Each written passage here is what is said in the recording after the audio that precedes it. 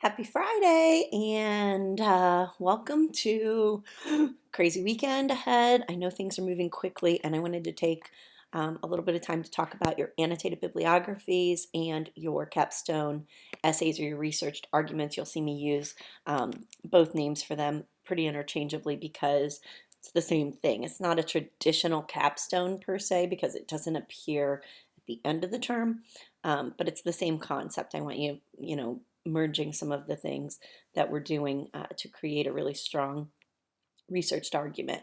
Okay, so first of all, let me talk about your blog entry that is due on Sunday night by midnight on your blog site again. That blog should be this time about anything that you want. Okay, so typically blogs are inspired by musings. Okay, so thoughts that run. Maybe you are annoyed by something, or enchanted by something, or just compelled in some way or another. You're thinking about something, pondering it, and it takes its place on the blog page. If you read through a lot of blogs, typically that's what it is. It's just subtle musings, like, oh my gosh, I was just thinking about this, and then it takes its place on the page. So it gives you a chance to put yourself on the page and to allow those thoughts to take shape for a reader. Keep in mind, again, if you go back to why we blog, Reed's piece, you can see that it's a very fabulous point of expression, and so it gives you a chance to be more informal, less concerned with mechanical structures. Not that it needs to be problematic. I mean, you definitely need it to be mechanically sound. Otherwise, you lose all your credibility. But you can play a little bit more with language. It's far more audience centered. Gives you a little different chance. Words today hard. To express yourself on certain issues, and you want to think about things that your audience would like to read about. So shared experiences, things that people go, oh my gosh, I can totally relate to that, or oh my gosh, I'd never thought about that, whatever it may be. So use that as the medium, pun not intended, by which you share those ideas. I am reading those as we move along. You get credit for completing them, and then at the end of the term, if you've looked forward in that way, which you don't need to, I'll get you there when we get there, but you'll actually choose your top blog entries. I'll ask you to choose 3 of those, and then you'll write a little, almost like a final paper overview, but a sort of reflection on those blogs, what they represent about you, why they're your favorite blogs. You'll revise those, polish them, and then I will grade them, all totaling, the entire project totaling 100 points, I think is what the final total is on that. So that's just something to think about as you're creating these. The more time you spend on them now on the front end, the less revision you'll have to do on those later, to make them worthy of, kind of formal publication and final grades. Okay, now to the annotated bibliography. I mentioned this because it's so important that you understand that research is a means to an end. So you don't research to find answers you already know. You research to learn things that you don't know. Question, inquiry. You know that this is a big subject field, a subject that you might want to explore, an argument that you know a little something about, but you want to know more about, whatever it might be. And then you research so that you can, number one, develop more questions, but also search for some answers. If you go into this thinking you already know the answers and you already know your position, then you're really not learning by virtue of the research. So hopefully you've selected something that opens you to a lot of options. Okay.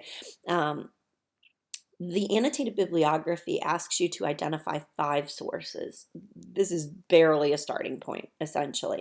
Okay, it's enough to get you into the arena, the subject matter, and then from here, you'll be able to develop more questions, and you'll definitely be doing more research. Okay, this is just a starting point, and the only reason I have you stop for the annotated bib at 5 is because we don't have time for you to keep annotating and keep researching and doing. So this way, I get to challenge you to understand what it means to annotate sources, to summarize and indicate how you're going to use those sources. And then also, it forces you into the research a little bit, not a little bit, a lot. Okay, so that's the goal with this. The annotated bibliography, if you've read all the stuff that I've posted, and I know there's a lot. Okay, it doesn't mean every piece of it is something you have to use and follow, but I like to hit people where they are. Okay, so some people have already done annotated bibliographies before. For some people, it's brand new. Um, so I try to give you a lot in hopes that you'll land on something that's beneficial.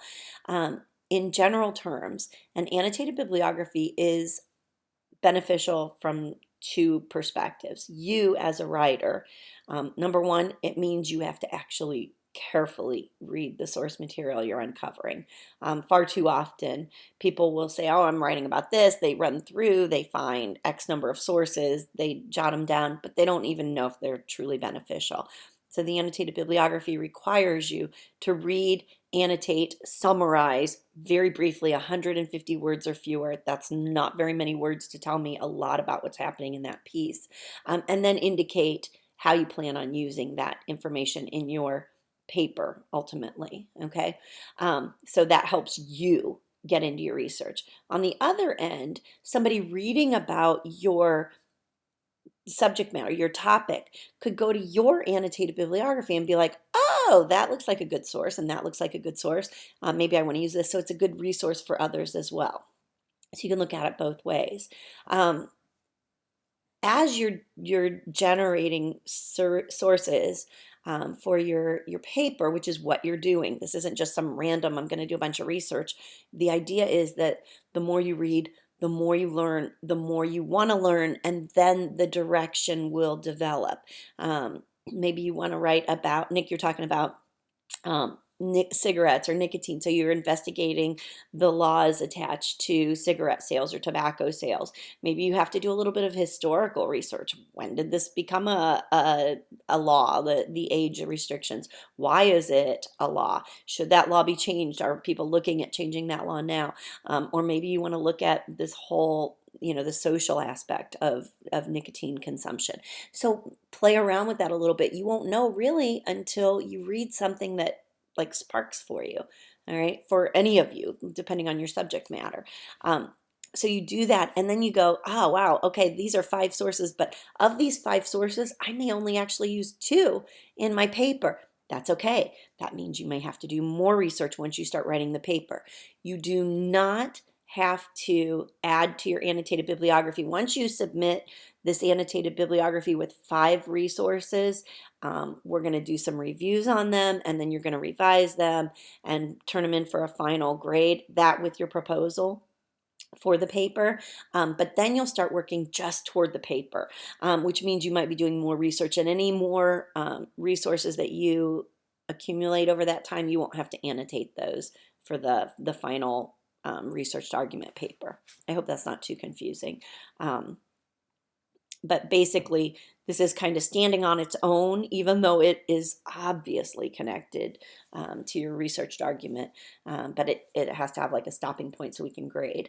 As for the review part, so the rough draft of the annotated bibliographies is due Sunday night. I'm going to look at them, but you're also going to review one another's. I'm going to put you in groups, and I'll email or post on Brightspace who's in your group. Okay, and then I'll design a discussion board where only your group goes in. Okay, so I don't know what the class is at now. So there might be 5 of you, let's say 4 or 5 of you, probably 4 in a group. You'll be responsible for uploading your paper, or your annotated bibliography, so everyone can read it and then give you feedback and then give it back to you through this whole discussion board. And then you'll also obviously have to read everyone else's in your group. And I'll be providing individual feedback as well. As readers, you're looking for correctness. Are the citations done properly? You don't ever have to memorize MLA. Nobody does. You look it up. And I know you're capable of looking stuff up. I watch you guys. Somebody starts dating somebody, you need to find something out. You Google it, you figure it out. Do the same thing with this, okay? There are a lot of links on the Open Ed resources, but the OWL at Purdue has endless options for you in terms of the actual citation. I've posted some examples. You just have to take the time to fill it in, right, to put it into that formula. The annotations, again, they need to be clear, concise, um, use present tense, all of those checkpoints that I've indicated. And then following that 150 words or fewer annotation or summary, you're going to have a couple of sentences, just a couple of sentences about how you plan to use that source in your research. So you're going to do that for 5 sources. Then you're going to write a paper proposal. Now, I've given those instructions on the project, the annotated bib project sheet, but basically a minimum of 500 words. I want you to talk to me essentially on the page or to your reader. Why did you choose this topic?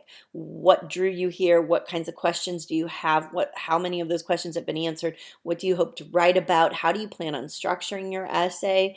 Ultimately, where do you see it going? How do you want it to play out?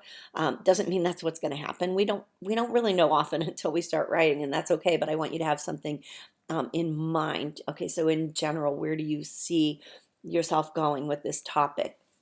So that'll give you an opportunity to express those things.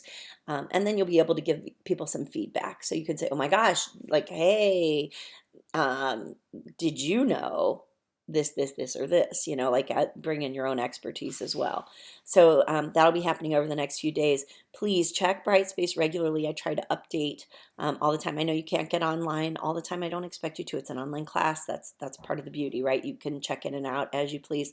But every day, at least once a day, you should be checking into Brightspace to see what's due or what's coming due. So I think that's where we are now. The researched argument, just to give you kind of some, I guess, a preview, which you're in the midst of, is going to ask you to take a position. It's going to ask you to structure an essay that provides an ample background of the situation of the controversy. There needs to be a controversy, and then that needs to be overviewed. You have to assume that your reader doesn't know anything about it, so you give reason and background for the actual controversy or argument that exists, and then you move into your position, your thesis, or your claim, and then you build your body of support based on that. It needs to be fully developed. It needs to be relevant. It needs to connect to the reader. It needs to have credible research. Do you hear what's happening there? Ethos, pathos, logos, all of these things need to be present. And you have to pull from those expert sources, the authorities outside of it, to create a compelling argument, right? So something that lets us understand what's going on, why it's important, and then how your, I guess, opinion, or not opinion, your position, your perspective weighs in with all of this evidence. Okay, so hopefully that helps, and I know I'm running out of time because these things limit me to 15 minutes, otherwise it won't let me upload. Please, please, please email me whenever you have questions. I love it when you guys email me. It lets me know that you're taking a look at what's happening. If something is unclear, by all means, please let me know, please. If you're having questions, I'm sure others are as well. So stay on task. Enjoy this beautiful weekend as you create your annotated bibliography. And if you need me, let me know. Talk to you later. Bye.